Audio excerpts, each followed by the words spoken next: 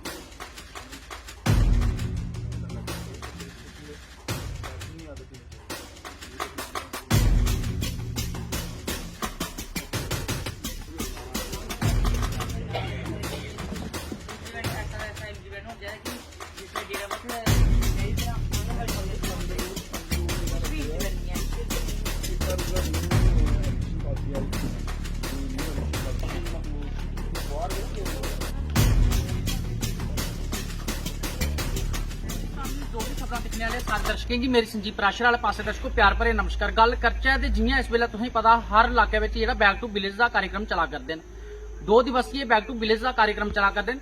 इस वेले में जिला रियासी तहसील पौनी और पंचायत खैरलैट दे विच खड़ोते दा और मेरे कन्नै गलबात करने लई सरपंच करुणानिधि जी मौजूद हैं। अस इंदे थमां पुछगे कि हर फराटी जेहड़ा ये बैक टू विलेज के कार्यक्रम होंदे न क्या कम होंदे आए न अज तक। सर नमस्कार। नमस्कार जी संजीव जी बहुत बहुत शुक्रिया जी। सरपंच साहब आज तुसीं पुछगे हर बारी बैक टू विलेज के कार्यक्रम होंदे न मते सारे अफसर लाए दे होंदे न क्या जेहड़ा ग्राउंड विच ओह कम्म होंदे न जेहड़े लिखाए जांदे न। देखो संजीव जी जेहड़े इ'यां जेहड़े कम्म होआ दे ना जी जेहड़े सेंट्रल गौरमेंट दियां स्कीमां जां जेहड़े इस सरकार दियां स्कीमां ओह मते सारे कम्म होआ दे लेकिन जेहड़े कम्म असें back to village first second third बिच लिखाए ना जी ओह अज तक इक कम्म भी नहीं होए दा है। उंदे बिच पंचायत घर दा बड़ा भारी मसला हा कि पंचायत घर असें फर्स्ट बिच भी लिखाया सैकंड बिच भी लिखाया थर्ड बिच भी लिखाया ते अप्रोच भी लड़ाई लेकिन ओहदा किश भी नहीं होया। होर भी जिन्ने भी मसले लिखाए असें जिन्ने भी पॉइंट है साढ़े जी उंदे बिचा इल्ले तक कोई मसला हल नहीं होया जेहड़ा बैक टू विलेज दा प्रोग्राम दे तहत असें मसले जेहड़े रेज कीते जी। ते अगर अज की गल करते जियां हुण 2 दिवसीय बैक टू विलेज कार्यक्रम चला करदा इत्थे तुहाड़ा चला करदा इस वेले कार्यक्रम तो एहदे च केह् मसले जेहड़े तुसें लिखाए न इस बारी। देखो जियां साढ़े विजिटिंग ऑफिसर साहब आए दे हे ओह आपूं ग्राउंड टू ग्राउंड गए ब्यूड़ियां भी गे उन्हें पूरा ग्राउंड पर जाइए कम्में दा जायजा लैता ते उ'ऐ कम्म होए दे न जेहड़े 14 FC जां कपैक्स बिच DDC PR कपैक्स बिच ओह कम्म होए दे न।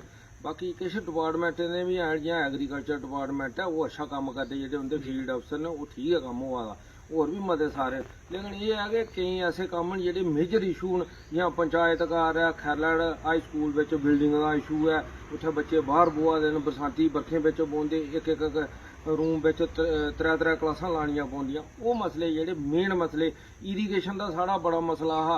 इरीगेशन की जेहड़ी कूल ही 1984 बिच जेहड़ी बनी ही अज ओह खस्ता हालत होई दी ओहदा बड़ी मतलब किन्ने लोकें गी सिंचाई थ्होया किसानें गी फायदा होआ ओहदे वास्ते इरीगेशन डिपार्टमेंट मी नहीं मेद कि इत्थे कुदै धरती पर रेह दा भी है जां उंदा कोई वजूद भी है। जियां तुसें इरीगेशन डिपार्टमेंट की गल कीती है तुहाड़ा बैक टू विलेज कार्यक्रम चला करदा है होर मते सारे देखो वीडियो ब्लॉग दे जेहड़े दफ्तरै च लगे दे न ओह दिक्खो ग्राम सेवक दिक्खो जिन्ने भी बाकी आह्ले डिपार्टमेंट दे अधिकारी न ओह इत्थे मौके पर पुज्जे दे क्या इरीगेशन डिपार्टमेंट दा इत्थे कोई आया। जेई साहब आए दे हे लेकिन जेई साहब आखदे असें तुंदा एस्टीमेट बनाइयै उप्पर भेजी ओड़े दा ओह हर बारी इ'यै जवाब दिंदे ते इसलेई असें उ'नेंगी पुच्छेआ नहीं भाई कि इस बारी उ'नें इ'यै गल्ल आखनी कि असें एस्टीमेट भेजी ओड़े दा ओह एस्टीमेट कुत्थै भेजे दा ओह की नहीं इंप्लीमेंट होया एह् एडमिनिस्ट्रेशन है सनाई सकदी।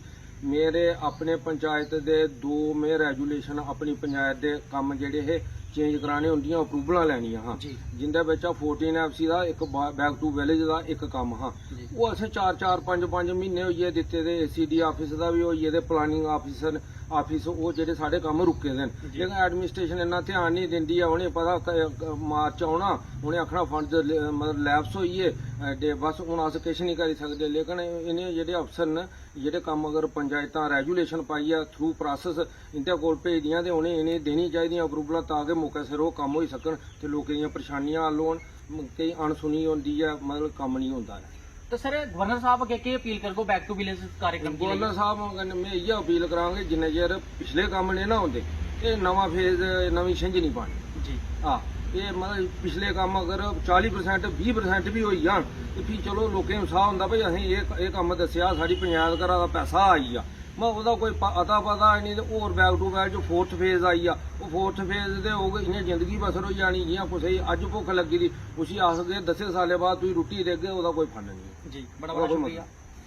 तो जियां कि इन्हें सरपंच साहब ने गल सुनाई है कि हर बारी जेडे काम लिखे जाते हैं बक्ख-बक्ख महकमे आए दे हुंदे पर वो जेडे काम वो नहीं होंगे। ओहदे कन्नै कई थारें पर जेडे पंचायत दे सरपंच उन्हें इसी बैक टू विलेज कार्यक्रम की बाईकाट भी किया है। तो अस भी ये आखना चाहते हैं बक्ख-बक्ख डिपार्टमेंट जेडे चाहे वो वीडियो ब्लॉग है चाहे एजुकेशन डिपार्टमेंट है चाहे फॉरेस्ट डिपार्टमेंट है मते सारे डिपार्टमेंट इस बैक टू विलेज विच लाए जाते हैं पर जेडे अगर ग्राउंड विच हकीकत दिखी जा तो काम नहीं होंगे। साड़ी भी एडमिनिस्ट्रेशन अगे अपील रहो अस मते सारे कार्यक्रम करने पर जिन्ने चिर पहले जेडे काम लिखे दे उन्हें की पूर्ण करना चाहिए ਉਹਦੇ बाद अगले काम करने चाहिए। मिगी ते मेरे कैमरामैन की दो इजाजत। नमस्कार। थोड़ी कंप्लेन आई है कि जो हमने काम लिखवाए थे वो नहीं आए। शायद सरपंच साहब ने बताया कि हमने अपने जो अधिकारी हैं उनसे बात की तो वो बोल रहे थे कि कुछ फंड्स की कमी है। मगर हमें उम्मीद है कि ये बैक टू विलेज जो लोगों के लिए हम जो गवर्नमेंट ने ये स्कीम निकाली है तो लोगों के बीच जाके उनकी समस्याएं जो हम सुन रहे हैं और उम्मीद करते हैं कि आने वाले समय में अगर वो पूरी नहीं हुई तो हमने दोबारा उनका वो जायजा लिया है और गवर्नमेंट ने मांगा है कि जो पुराने इनकी डिमांड थी वो कितनी फुलफिल हुई हैं जी। तो वो हम डाटा भेजेंगे जो फुलफिल हुई हैं वो भी और जो नहीं हुई हैं तो हम उम्मीद करते हैं कि आने वाले समय में वो जल्द से जल्द गवर्नमेंट उनका निपटारा करेगी। सर ऐसे कौन कौन से काम है जो इस पंचायत में लिखे गए हैं अभी यहाँ पे एक ड्रिंकिंग वाटर है जो वो एक प्रोजेक्ट है उसकी समस्या है। एक सबसे बड़ी समस्या यहाँ पे बता रहे हैं कि ये स्कूल बिल्डिंग है। यहाँ पे एक हाई स्कूल है और इसमें 4 क्लासरूम है और इसमें शायद वो काम भी सैंक्शन हुआ वो किसी वजह से रुका हुआ है तो जल्द ही हमने बात की ऊपर से उसका टेंडरिंग के लिए उन्होंने डाला हुआ है जल्द ही वो काम भी शुरू हो जाएगा जी। तो एक प्राइमरी स्कूल है तो उसकी बिल्डिंग कंप्लीट है जी। उसका थोड़ा सा काम जो रहता है पेंडिंग है तो वो भी हमने यहाँ पे नोट कर लिया और हम ऊपर अधिकारियों के पास उसकी पूरी डिटेल भेज रहे हैं और उम्मीद है कि जल्दी से वो भी कंप्लीट होगा। जी थैंक यू सर।